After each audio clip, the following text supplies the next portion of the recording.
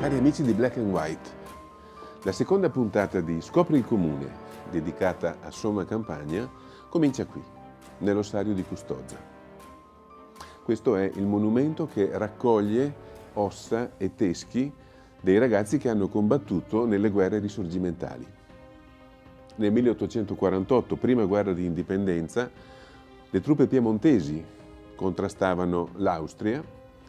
Nel 1866, terza guerra di indipendenza, è l'esercito italiano.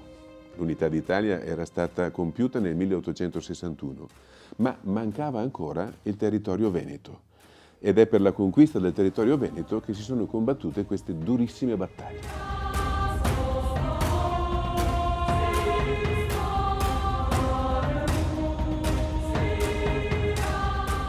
Dicevamo 1848, prima guerra di indipendenza. Sono le truppe piemontesi che si contrappongono all'Austria per la liberazione del suolo italiano. Si combatté qui nel luglio del 1848 per 3 giorni, una battaglia con fasi alterne di avanzata e ritirata di ambo le parti, ma che finì con la vittoria dell'Austria.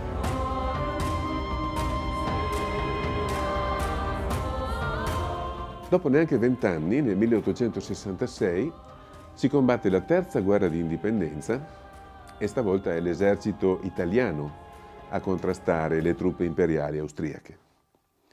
Ma anche in questa circostanza sono gli austriaci ad avere la meglio. Quindi stiamo parlando di 2 sconfitte, 1848-1866. E nell'interpretazione storica, a lungo questi episodi sono stati in qualche modo velati dalla vergogna della sconfitta. Oggi però si tende a guardare con occhi diversi anche a questi avvenimenti perché il loro valore all'interno complessivo della storia del Risorgimento può essere sicuramente riconsiderato.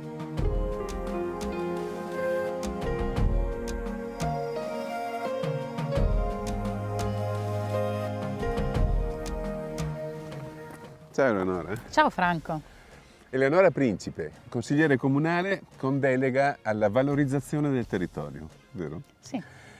A lei chiediamo che cosa rappresenta oggi questo ossario per la comunità di Custozza. Sì, l'ossario di Custozza è un monumento simbolo del territorio ed è un motivo d'orgoglio per la comunità di Custozza.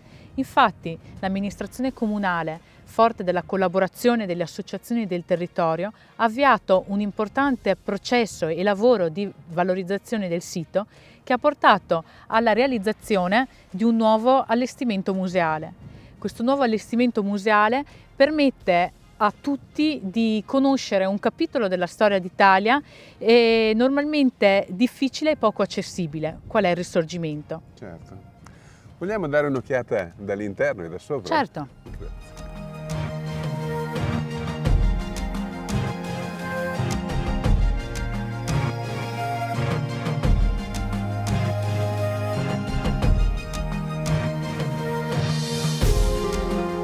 E da qui, da questa balconata dell'ossario di Custozza, noi possiamo vedere i luoghi che sono stati teatro delle battaglie, che però non sono soltanto luoghi di battaglia, sono anche dei bellissimi ambienti naturalistici. È così?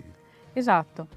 Dalla balconata dell'ossario di Custozza si può proprio ammirare tutto il territorio di Custozza e non solo, in cui si tenne la battaglia del 1866. Infatti sul parapetto sono incisi i nomi e le direzioni delle località in cui si tennero le varie vicende risorgimentali. Sì.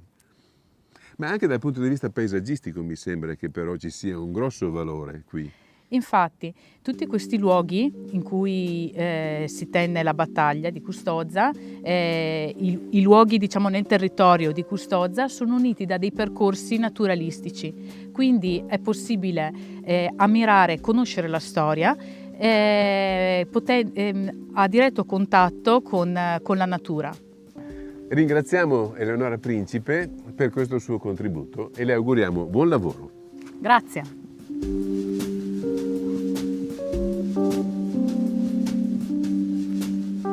Vedete ora alle mie spalle la splendida villa Pignatti Morano, in verità realizzata nella seconda metà del Seicento dalla famiglia dei conti Ottolini e passata alla famiglia Pignatti Morano all'inizio dell'Ottocento.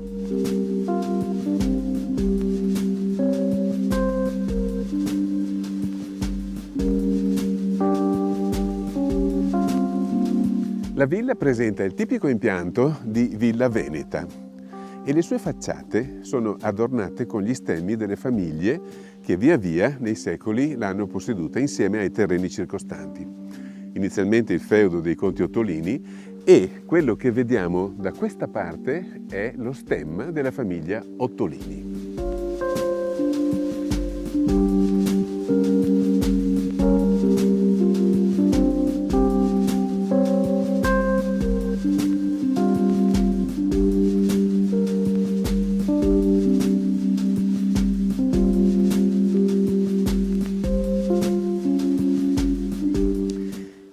Ci troviamo invece in corrispondenza della facciata esterna della villa e questa è decorata dallo stemma che unisce i simboli delle tre famiglie, vale a dire Ottolini sulla destra, Morano al centro e Pignatti alla sinistra. Le tre famiglie che hanno via via posseduto questa villa e i terreni. La villa fu coinvolta nelle vicende delle battaglie di Custozza e da questa parte, su questa facciata, sono ancora visibili i segni dei proiettili che furono sparati allora.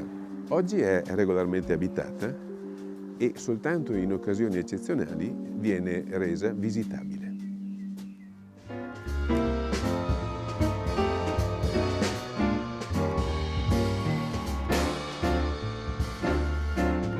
Il comune di Somma Campagna comprende anche la frazione di Caselle, che pur meno ricca dal punto di vista storico di Custozza e di Somma Campagna stessa, ha una sua validità e dei suoi motivi di interesse perché, trovandosi in posizione più pianeggiante rispetto al resto del territorio comunale, mantiene integro il legame con la tradizione agricola della pianura, come possiamo ben vedere da queste immagini.